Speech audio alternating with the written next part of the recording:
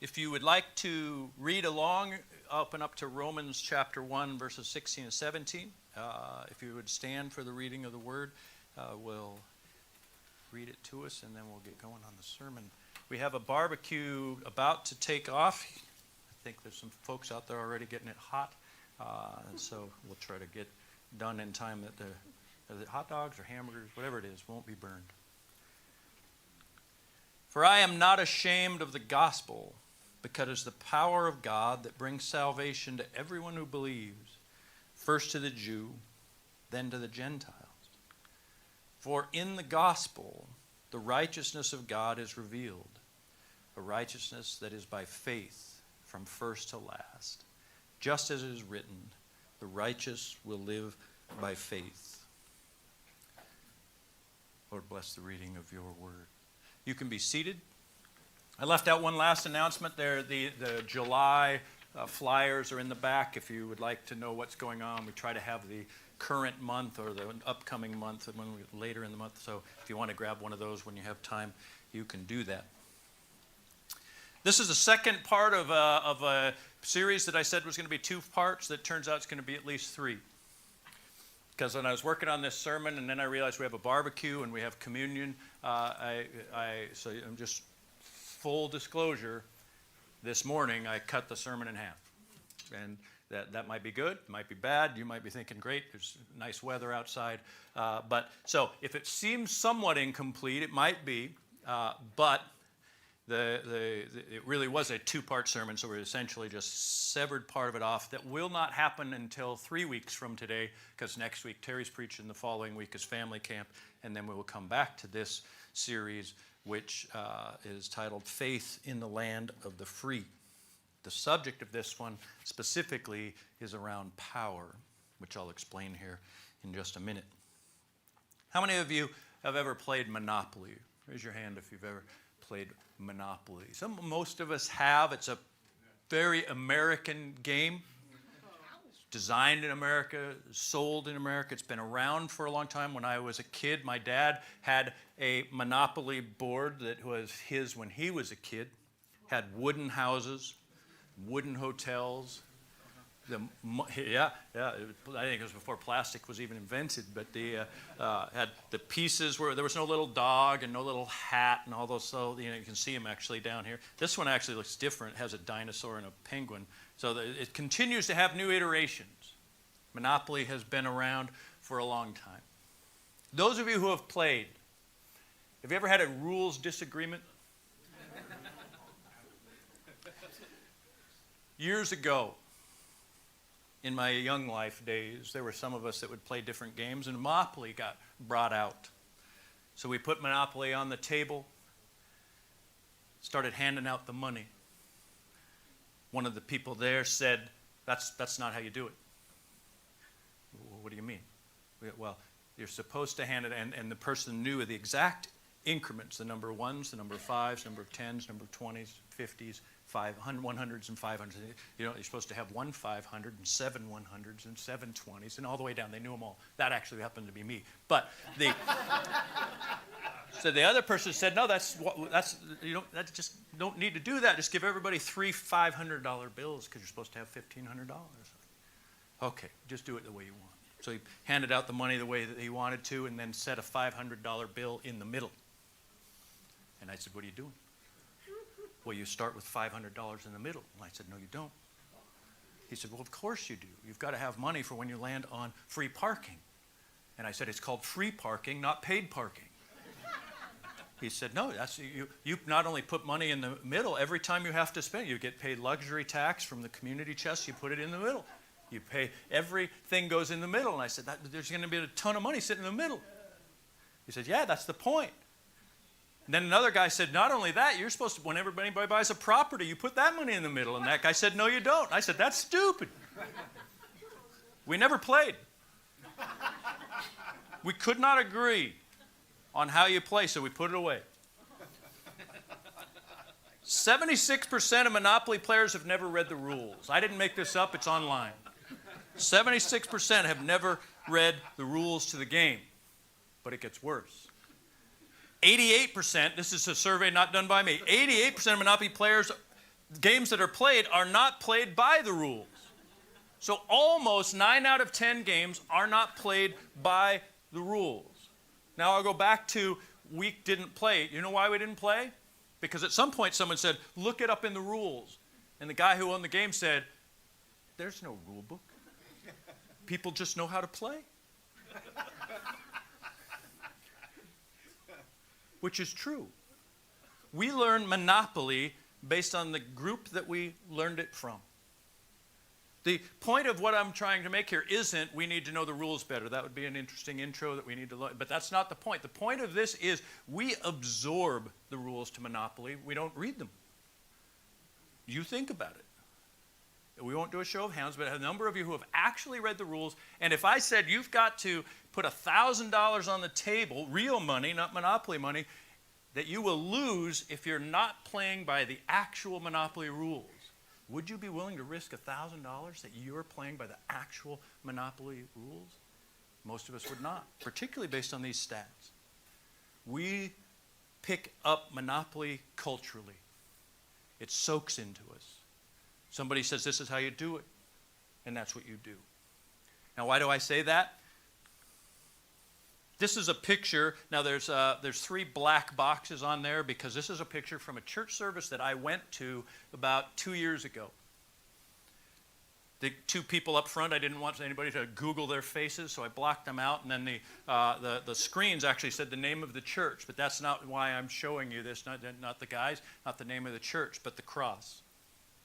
You see the cross on the wall? I'll give you a little closer view of it. We went to visit this church late July. And on that cross was a red star, a white star, and a blue star. Right in the middle. Not just on the 4th of July, because when I saw it, I thought, I don't like that. And then I thought, well, maybe it's, oh no, the 4th of July was actually several weeks ago, and it's still there. If you want, you can go on to Amazon, and you can order a American cross. This item's on Amazon if you want it. Let's talk after service. You might think, well, what's wrong with that? We should be able to have an American cross. It's my country. It's my God. I want an American cross. I'm going to contend, as I did last week and I'm going to 3 weeks from now, that we have absorbed certain things because we're American that allow us to think that certain things are okay because we're American, and that those things may not be okay. Is it okay to have an American cross? I'll leave that up to you. Temporarily. I want you to look at part of a document that I talked about last week. You know it as the Declaration of Independence. We hold these truths to be self-evident that all men are created equal. They're endowed by their Creator with certain inalienable rights. In that text right there, it's the very beginning of the Declaration of Independence, we were going to send to King George and say, hey, we're done with you. It's been a nice time. We're going to send that to him, and we were claiming authority from the Creator. People were created to be equal. They are endowed by their Creator with certain inalienable rights. God did this. God made these people. He made them with certain rights. That was the starting idea behind we want to leave Great Britain. If we had more time, and if sometime you want to check it out, I have a 4-part series that we did a couple of years ago that it covers this more thoroughly. But what I want you to understand is the inclusion of the created and the Creator in the document were not to give props to God, but to give power to the message. We want to emphasize how obvious this is. God did this. Read the rest of the document. God never shows up again. He was a cameo to give weight. But it says these rights, that among these rights are life, liberty, and the pursuit of happiness. Color-coded for you. There's 3 of them. Life, liberty, the pursuit of happiness, which we felt like was being infringed upon by the Great Britons. So the claim is that by God we were given these rights, Life, liberty, the pursuit of happiness. Now, I'm going to argue that when we say that, that means that we have these rights to these things. But we're going to take a quick look at what Scripture says. Life. I have been crucified with Christ, and I no longer live, but Christ lives in me. We could take some time and put a bunch of verses up here that show our life actually isn't ours. Now, I'm not saying that the American colonists didn't have a right to send the document. They could send the document because they weren't making a claim to be following Christ. They were making a claim that God made everybody this way, and so we should all have this right. But Christians believe this, or you're supposed to, you are dead. So this claim to a right to life actually is not implied by God, even though it's implied in the Declaration of Independence. Liberty. Liberty means freedom.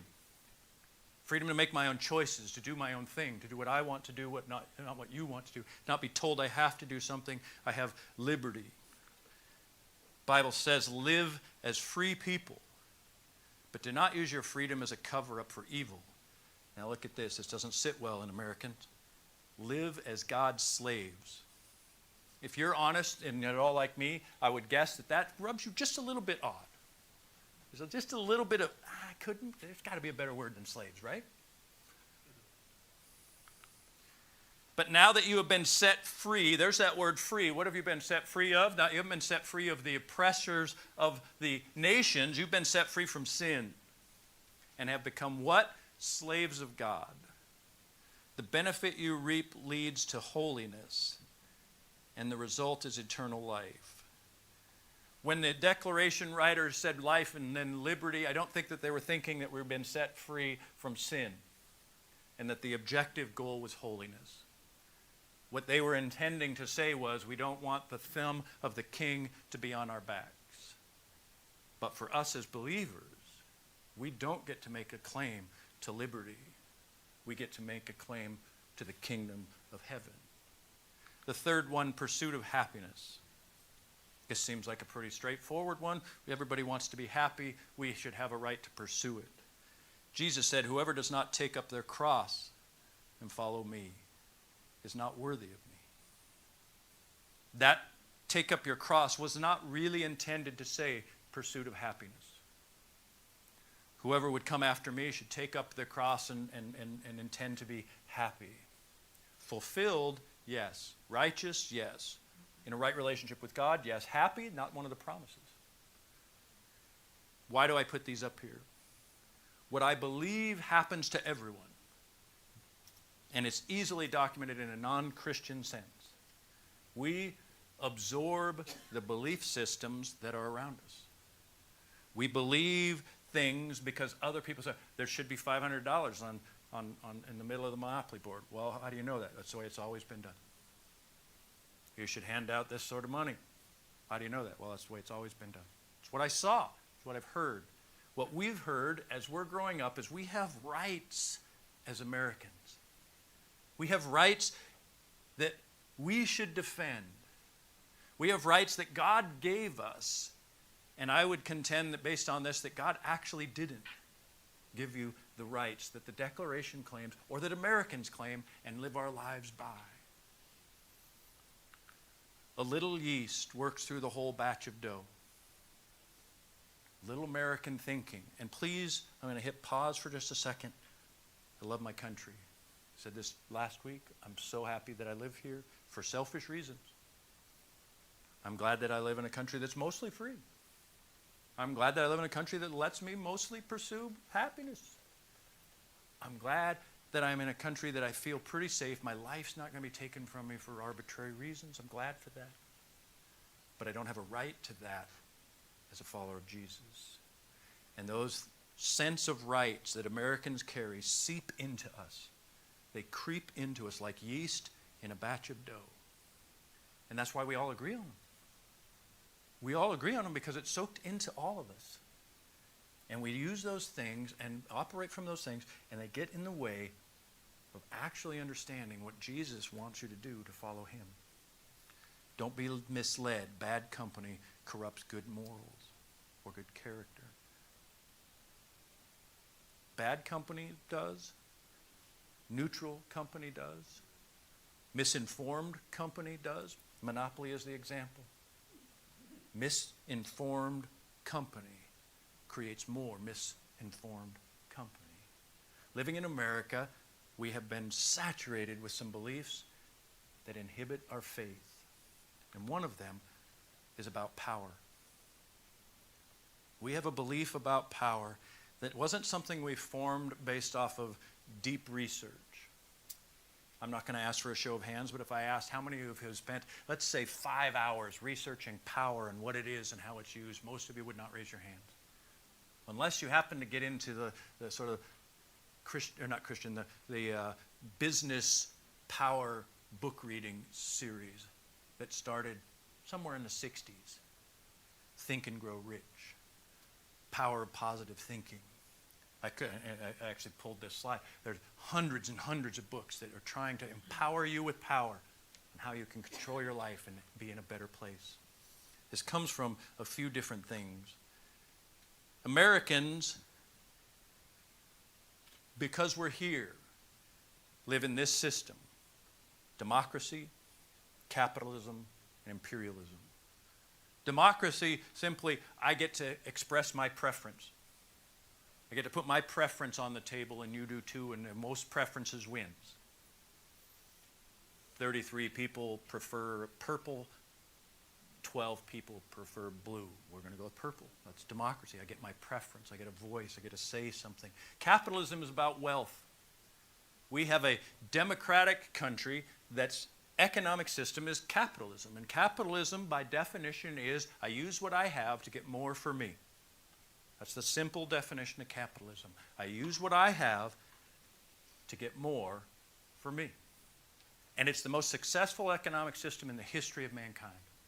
Produced the most wealthy nation and nations, not just America, but it's produced the most wealth in history. Why? I'm way more motivated to work for my money if I'm going to get more of my money back. I'm going to use what I've got to invest to get more for me. That's capitalism. Imperialism is I can go get what I want with power. What that means is United States government wants to spread across the continent.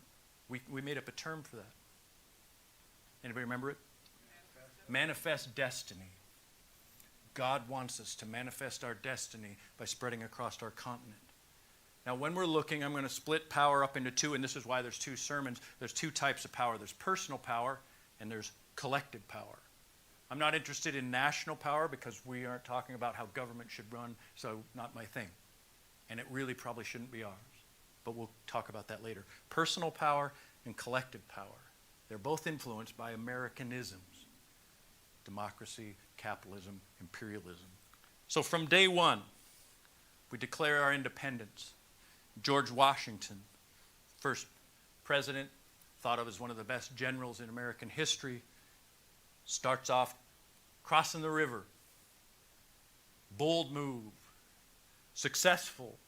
Sets a path for a very underdog country to exert its very small amount of power very usefully and successfully against one of the most powerful empire on earth, and we win a war. And so what comes into us is if we do it right, if we exert our power right, we can accomplish the goals that we want to accomplish.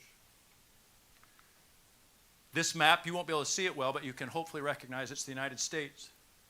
And if you look to the west coast, there's a yellow section, there's a pink section, and then you look down into the Texas, New Mexico area, there's a blue section. Those three sections are all parts of our country that we got through force. We did then what Russia's doing now.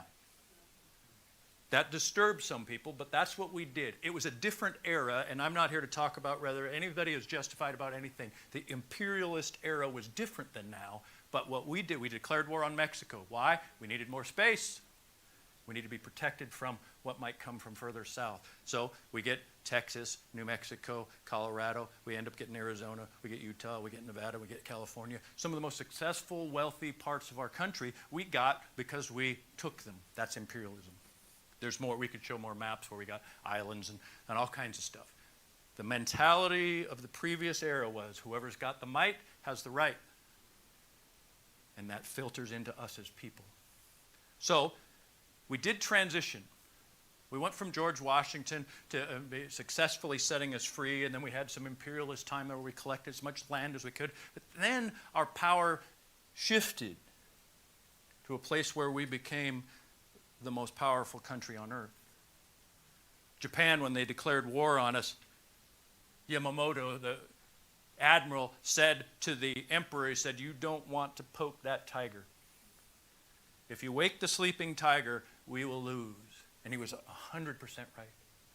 It was at the point where Japan bombs Pearl Harbor that the United States shifted to a place where we realized we can protect everything we have and everyone we care about if we maximize our force. And so we did. We built more bombers, we built more tanks. The bottom right-hand corner, when we landed at D-Day, that was more manpower and military capacity than had ever been amassed in the history of mankind by the United States of America. And it worked. We saved the world. And we did. Don't hear me wrong. We did. From absolute tyranny, the United States and its military force in a righteous war that had some things wrong with it, but we had everything we could do to do that right, and we did. We saved the world. And from that point forward, the United States has been the dominant military force on earth. Our technology that we have now is unmatched. We are the most powerful force that's ever been on earth. And even though you might read in the papers that, oh, China's catching up with us, which China is catching up with us, but the gap between us and number 2 is the largest military gap still in human history. Distance between one nation and another. Why it looks like, oh, China's a little bit of a threat to us. We're trying to protect the world. They're just trying to protect one little area. So it looks like, well, they're competing with us. They're not even close. Expenditure's not, technology's not, equipment not. So we are now still 100% secure when we go to bed. Why? Because we have the force. Not the Star Wars force, the military force. Washington State, where we live. If we became our own country, I'm not advocating that, but if we became our own country and we got to keep all the military supplies, just Washington State would be the 5th most powerful military on earth. Wow. Just us. Just keep, Hunter used to work there. Actually, when you hear some of his stories, you think we'd be about 42nd in line. But 5th most powerful military nation on earth, Washington State. So why do I tell you all that? Because it seeps into us. Our security is our muscle. Our security is our technology. Our security is our ability to impose force. One of the most disturbing things that's ever happened to America is losing the Vietnam War. We need more force. Because we went and fought a country in some place nobody had never heard of, no one could spell, no one could pronounce, and we lost. We fought in where? And we lost, and all of a sudden Americans are like, that can't be possible. We need more force. And we built more force. Soviet Union, they could blow us off the map. We need more force. So what do? Instead of having enough to blow up the earth 10 times, we made enough nuclear weapons to blow up the earth 100 times, because somehow that made mathematical sense. We believe in force. This is what Jesus says. I tell you, do not resist an evil person. Now I'm going to hit pause. Jesus teaches individuals, not nations. When Jesus is talking here, I would not want the President of the United States to follow Jesus' advice when it comes to personal behavior. National advice, still, it'd be great to have nations that follow Christ. But when we read this, it's slightly unfair because his advice is to us as people. But keep in mind, his advice is to us as people, knowing that we're infiltrated by thoughts that might have to do with the nation. The teaching still applies to us. How do we do what Jesus said when the predominant message is force is what we need? I tell you, do not resist an evil person. If anyone slaps you on the right cheek, turn the other cheek also. If anyone wants to sue you and take your shirt, hand over your coat as well. If anyone forces you to go 1 mile, go with them 2 miles. Does that feel like the American mentality? Don't resist an evil person. You know what? If you mention this, the very first thing that someone's going to ask, well, what about Hitler? That's not what this is about. This is about you and the guy on the street. This is about you and the person in the grocery store. This is about you and your boss. This is about you and your wife. This is about you and your friends. This is about you and your enemies. This isn't about Hitler. What we'll do with national stuff sometime we could talk about, I don't pretend to know, but I do know what Jesus taught about us. If someone slaps your right cheek, turn to them the other also. I remember talking to a dad years ago when my sons were very young, and his sons were also young, and he said, yeah, I've been teaching my sons to box. Wow, really? Yeah, boxing. And I thought it was a sport. So I said, well, is boxing catching back on? Because I thought it was kind of fading out. He said, no, I don't want them to become boxers. I want them to know how to defend themselves. I don't know if that's good advice or bad advice, what you do with your kid, but I did wonder, I didn't ask at the time, are you teaching them this also? Are you teaching them this? If someone slaps you on the right cheek, turn the other cheek also. Hebrews chapter 10 says this, remember the days after you had received the light, so after they had understood the kingdom in Jesus and become part of Jesus' teaching, when you endured in a great conflict full of suffering. So we start to see right away after you've been saved and you're in the midst of this conflict that's taking place and there's a lot of suffering. Sometimes you were publicly exposed to insult and persecution. At other times you stood side by side with those who were so treated. You suffered along with those in prison. Notice this line, it doesn't fit well for us. Joyfully accepted the confiscation of your property because you knew that you yourselves had better and lasting possessions.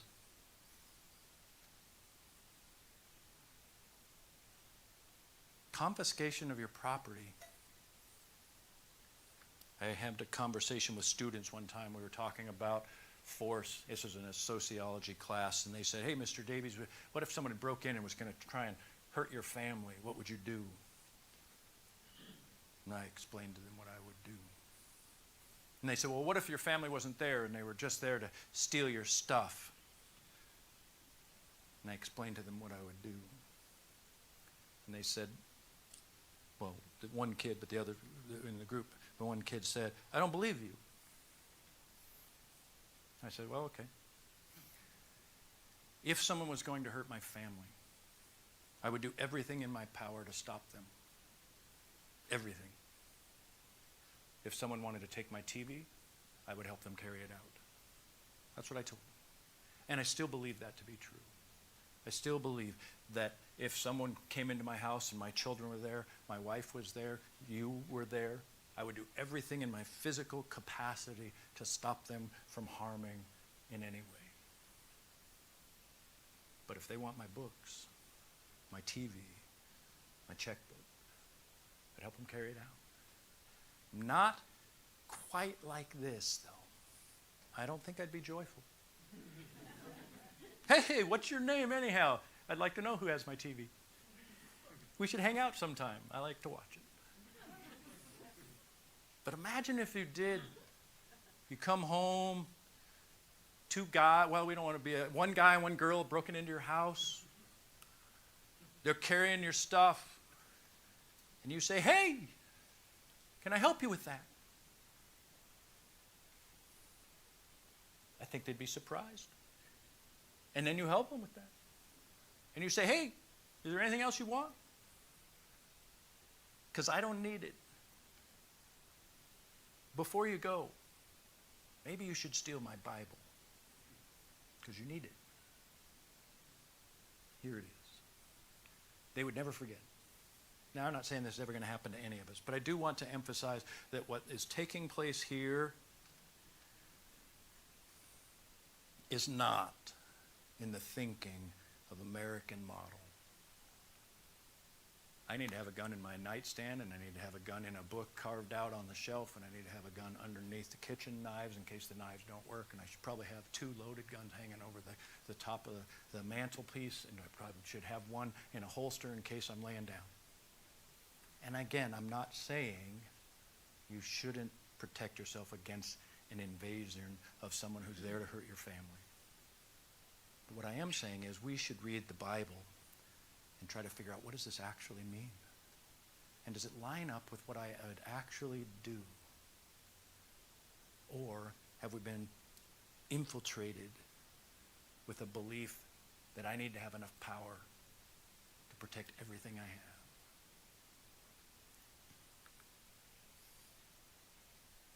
When George Washington crossed the Potomac, it was with a sense that we need to free ourselves from an oppressor. Was it a godly rebellion? I'm not smart enough to know. I wasn't in the position of national power, and I'm not now, and I never expect to be. What the Bible says for national actions is not any of our concern, to be honest with you. But we sit there often because that's what's in the news. And we allow that to infiltrate on us. When the United States liberated Iwo Jima, it was in an effort to eradicate a evil on the planet. I want there to be a nation that can do that. I'm going to say next week, but next time I talk, I'm going to talk about what the thinking about Americanism and Christianity is. But for us today, what I want us to keep in our minds is I believe in myself, and as I've listened and as I've watched over the years, that Americans have developed this mentality to trust in power. Well, what does that mean? It means that I make every effort that I can to protect myself. I'm no longer talking about breaking into my house. If I'm in a disagreement, I try to recruit people to my team. If I'm trying to get a job at a business, I'm going to do everything I can to try make myself look as good as I can. And if somebody asks me questions, maybe I'm going to elaborate more than might be true. Or I'm not going to let them know about certain things I think might hurt my chances. We use dishonesty as a power tool. We use lies. We use gossip. We use manipulation as power tools. I read a book years ago called A Tale of Three Kings. If you haven't read it, I would encourage you to read it. What I walked away from it was, man, I can't do that, because essentially the story of A Tale of Three Kings off at, if somebody throws a spear at you, this is metaphorical, they throw a spear at you and it jabs you in the back, that what you should do is pull it out, drop it, and walk on. Not defend yourself. Not try to make yourself look better. Not try to convince or persuade or control. Trust God. That God will be the one who judges. God will be the one who takes revenge. Have you ever wanted to take revenge on somebody? Yes. Feels good. I made a joke with somebody about cinnamon rolls the other day. One thing that tastes better than cinnamon rolls is revenge. It just does. I feel justified. I feel like the universe has been righted. And it's just been made more off balance. When Jesus was on trial, and from where Jesus was standing, not physically, but I believe in his ability to know exactly what was about to happen, the cross was on the hill not far from him. And they were asking him questions and accusing him of things in an unjust trial with bad evidence that wasn't true, quoting things that weren't laws in a way that wasn't fair. And you know what Jesus did? Nothing. One of the most startling lines in Scripture, Jesus remained silent. But the best line, Jesus finally says, "Do you think I cannot call on my Father, and he will at once put at my disposal more than 12 legions of angels? I could defend myself if I wanted to. I'm the Son of God. I could end you today. Without me doing it, I could call in 12 legions of angels that would sweep you from the planet." What a great evangelistic tool that would be. but no one would have been saved. There would have been no place for salvation if Jesus defended himself. So he says, how then would the scriptures be fulfilled? Jesus didn't defend himself, the one who had the most right and the most ability to exert his power. He chose not to for kingdom purposes. Trust in the Lord with all your heart. The rest of that you know, Proverbs 3, 5, and 6. But just that, trust in the Lord with all your heart.